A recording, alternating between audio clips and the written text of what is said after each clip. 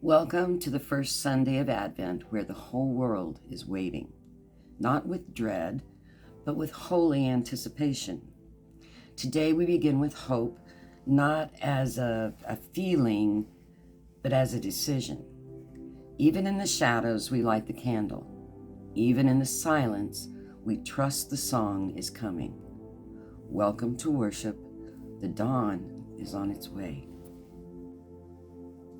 The prophet Isaiah calls to us from the past to imagine the future when God's reign will be fully realized and recognized throughout creation. When that time comes, God shall judge between the nations and shall arbitrate for many peoples. They shall beat their swords into plowshares and their spears into pruning hooks. Nation shall not lift up sword against nation, neither shall they learn war anymore. Isaiah 2:4. Today we choose to live in hope, believing that the time of God's reign has come and is coming among us. We light this candle of hope as a sign of our promise to follow the light as we answer God's call to transform our hope into reality today and in the days to come.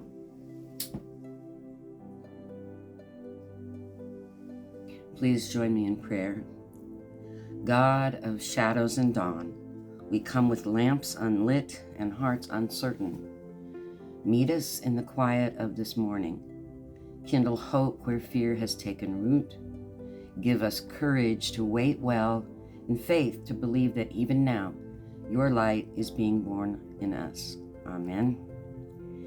And if you would please join me for one more prayer. May the words of my mouth and the meditations of my heart be pleasing to you, O Lord, my rock and my redeemer. And may you see fit to use me as a vessel from which you pour out your divine word. In Jesus' name, amen. We begin our Advent journey in the dark. And that's not a mistake. It's not a punishment. It's not even a problem.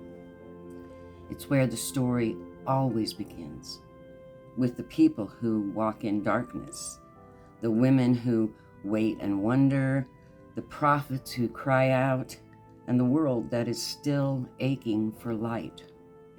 We are not alone in the dark. God does not wait for the world to be fixed before entering in. Instead, God moves toward the ache, steps into our shadowed places, and kindles hope not at the finish line, but in the long, cold waiting room. This is the mystery of Advent. Hope is born before the answer comes, before the war ends, before the treatment works, before the child returns, before the policy changes, before the church repents, before the grief subsides. Hope is born right here in the watching, the trembling, the holding on. But let's be honest, we don't like to wait. We live in a culture of rush, of right now, of Amazon Prime and instant downloads and news at our fingertips. We want resolution, not suspense, certainty, not mystery, victory, not vulnerability. But Advent refuses to give us what we want. It holds a mirror up to the deepest truths that we don't want to face, that injustice still reigns in too many places, that the church itself often adds to the pain, that the Messiah didn't come as a warrior, but a wailing newborn, whose birth we didn't even bother to notice, except for a few dirty shepherds and wandering stargazers. And still, we sing about hope. And maybe that's what makes Christian hope so radical. Not because we're certain, not because we've got the answers, but because we keep lighting candles in the dark when the rest of the world says it's foolish to do so. We hope without evidence. We hope without guarantees. We work without applause. And we do it not because we're naive, but because somewhere deep in our soul, we've caught a glimpse of that light, and it was enough to carry us. That's what Isaiah saw. That's what Jesus pointed to. That's what Advent is for. The light is coming, yes, but even more than that, the light is already here, born into us like breath, flickering in each act of kindness, each risk for justice, each confession of failure, each quiet choice to not give up. The whole world is waiting, and so are we. But we do not wait as people without hope, because even now, we are the ones who beat swords into plows. Even now, we are the ones who kneel at the manger. Even now, we are the ones who carry the candle. So light your candle again, friends. Even if your hands are shaking, even if the match keeps going out,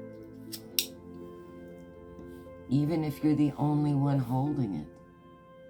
Hope is born in the waiting, not when everything is solved, but now, because Christ has already come, and he's coming still. Amen. This is your charge to keep this week. Go now as people of hope. Light your candle. Carry it into the waiting world. Let your life speak even when your voice cannot. The light is already here, and it's coming still. Now hear this benediction.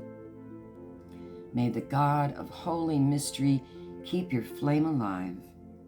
May the Spirit stir your heart in the waiting, and may Christ, the light of the world, meet you again and again in the dark. Amen. Have a blessed week, folks. I'm sorry this was late today. We'll be on time next time. Fingers crossed. And I hope that you'll stay tuned in and join us, because there'll be more bits and bites along the way. I'll be doing children's moments. We'll be doing a communion service. We have the longest night service coming up, candlelight Christmas Eve, and watch night. All of these things throughout Advent, Christmas time, and right up to and including Epiphany. We won't be in person during this time, but that doesn't mean we can't be together in our hearts, in our minds, and in our souls. Have a blessed Advent, and I'll see you soon.